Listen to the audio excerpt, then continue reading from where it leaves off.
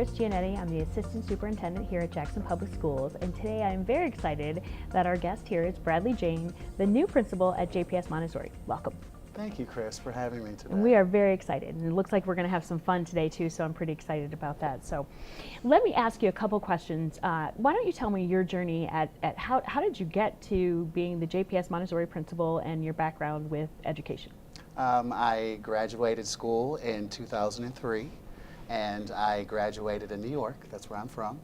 And I received a full-ride scholarship to Heidelberg College in Ohio, and I completed their teacher preparation program as well as a double major in music. And I graduated and got hired as a music teacher before I graduated, did that for 3 years, and then moved up north to Michigan. And I found Jackson Public Schools. Us East Coasters have found Michigan, right? Yeah, it's a great place to be. Definitely beautiful and picturesque.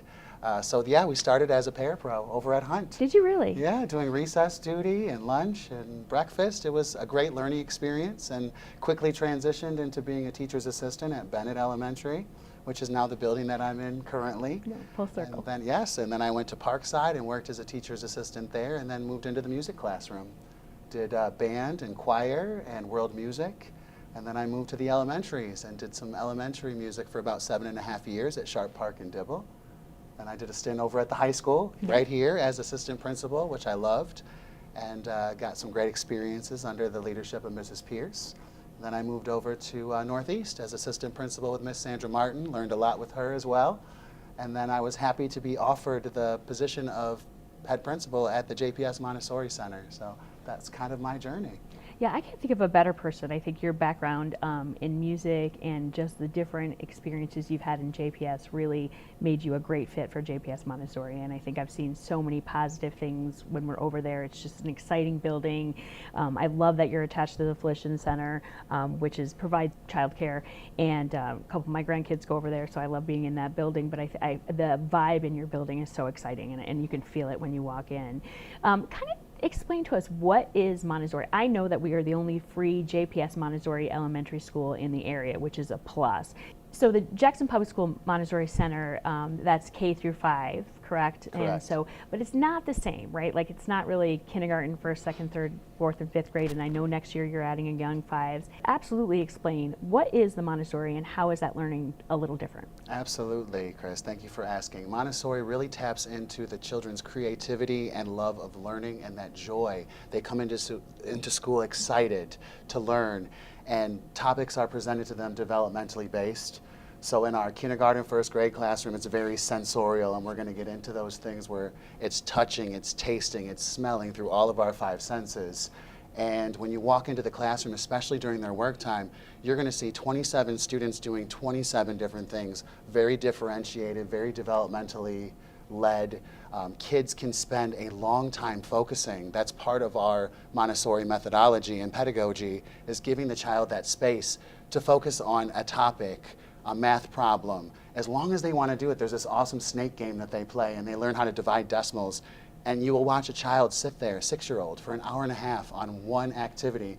And us as adults feel like it's our job to say, well, now it's time for math, now it's time for reading, now it's time for Spanish. Whereas the child decides that. It's the choice to say, okay, I found the biggest number, I got what I needed out of this, and now I'm ready to move on to the next thing. And you see the kids grow, you see their excitement in every grade, and as you progress into the upper grades, then they're learning about their place in the world, their place as a global citizen, where they fit in the world, and that's a human need. We want to know, and in the Montessori method and the pedagogy, children are looked at as respected individuals, and they carry their own ideas, their own beliefs, their own cultures, and they bring that into the classroom. It's immersed. And it's definitely a day of learning, and they're exhausted by the end of the day. They're tired, they're busy. It's not traditional desks. The students get to choose where they work, where they have work mats or work spaces. There are tables and chairs in the room for the kids that are comfortable in those spaces, but there aren't enough for all the kids. In fact, our teachers don't even have a desk. It isn't really kindergarten, first, second, third, is it? Kind of, how does that work? It's 3-year cycles. So our children's house, and a true Montessori would start with age 3, although since we are a public school, we started about age 4. So in the children's house, it would be 4, 5, and 6-year-olds all in the same space. And they're, like I said, they're very sensorial, very tactical. Everything is hands-on. Some of the manipulatives I brought today that we'll go over in a little bit. And then as they get older, there's an elementary 1 classroom, which would be ages 6, 7, and 8, or 7, 8, and 9. And I should have said at the primary age, those kids, their focus is their family. That's their unit. That's what they're tied to. But as kids get older and they move into the next developmental phase, their focus is their peers. Right. And so you're seeing that social construct, and that's why it's so important to have multi-age. In fact, before we started the factory model, we used to have one-room schoolhouses. And what the kids do is they do parallel learning. They're learning side by side with each other. So in a primary classroom, you may have a kid that's a non-reader. You may have a kid that's reading at a 3rd grade reading level, and you may have a kid that's just figuring out the letter sounds. But just them being in that space and watching and observing and being immersed in it, it motivates them because they see kids moving along, and it's human, innately human, that we want to succeed and we want to move. And kids, they want to move and they want to grow. In fact, before I left today to come over, I was watching kids in the hallway and they're sizing themselves up. You know, they're looking to see how much taller am I than the person in front of me, or how much bigger am I this way? And our Pink series shows that with the small and the thin to the thick, and giving them comparative models, because they love numbers. They love big numbers, and giving them that opportunity to work with that it's amazing to watch it. And then they want to teach you. So when I come into the classroom, I'm right on my knees and they're showing me what they're doing.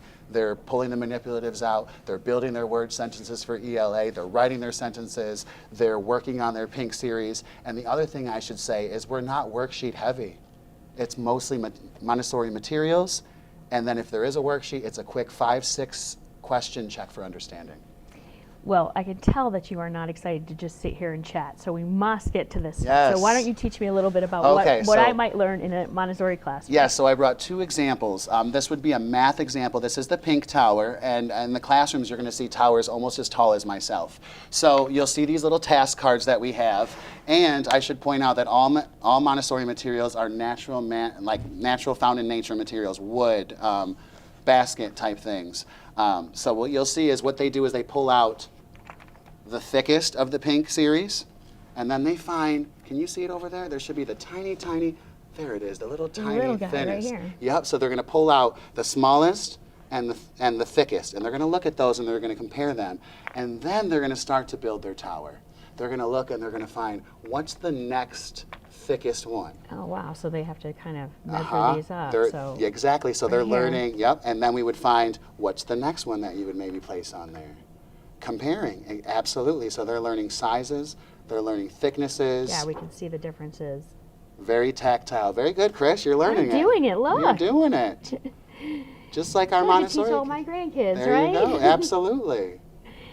That's really interesting. And see, they can even compare it to the little guy, right? Like, so we're not there yet, right? Obviously. Absolutely. And this is basic math, right? So they're learning about numbers, they're counting, they're looking at thicknesses, they're comparing.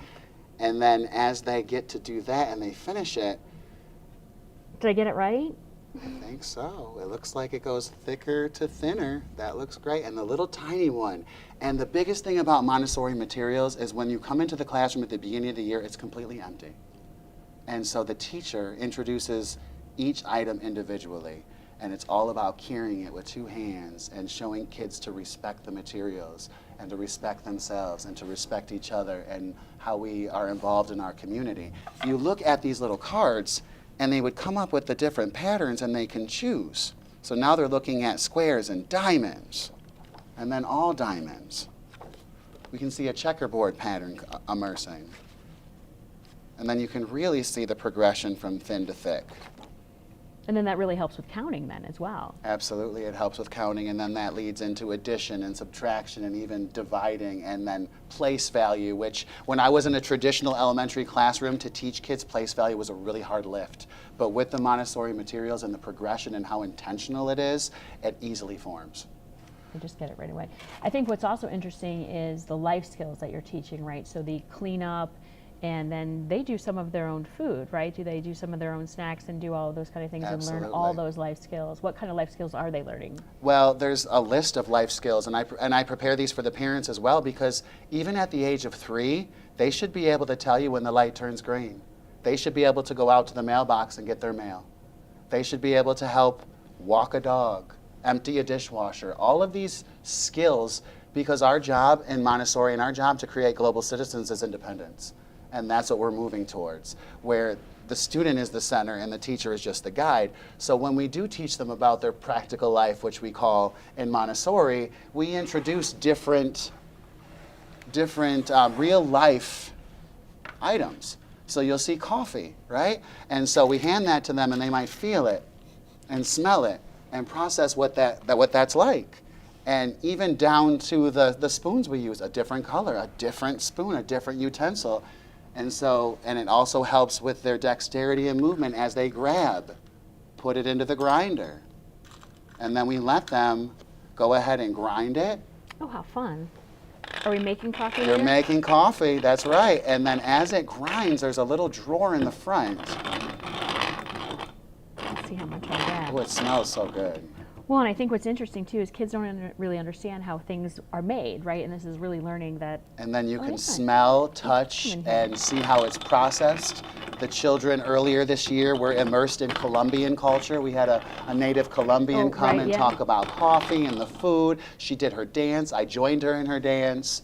And there's that innate need that kids want to know how things work. They want to know that, what is this for? What do I use it for? And I think us as adults are like, oh no, you can't touch that. You know, that's for adults. But again, the Montessori model really views that child as a citizen, as a global citizen. I think what's interesting, and just on a personal, I have, like I said, my grandkids are over at the Flition Center, which is a Montessori center, and so I have a little 3-year-old who does exactly those things. And it just dawned on me now when you were talking about that. She gets the mail, she unlocks the door, and she knows what she's supposed to be doing, and then she'll sit up at the counter. What you making? Can I help? Can I help? And I realize how much that hands-on makes a difference. And they do know what you're talking about. You think kids don't know, but they really do, and I think they learn a lot with hands-on. One other question I have with you guys is that, so what kind of specials do you offer at the Montessori? Well, we have immersive Spanish with Miss Rocio, who everybody loves. She's full of energy. Yes. She is our Montessori guru. She pushes into the classroom and offers Spanish to every classroom every day. They work with math, they work with ELA, they work with cultural things, whatever it is, and she'll do small group. And then she have the kids teach the other kids.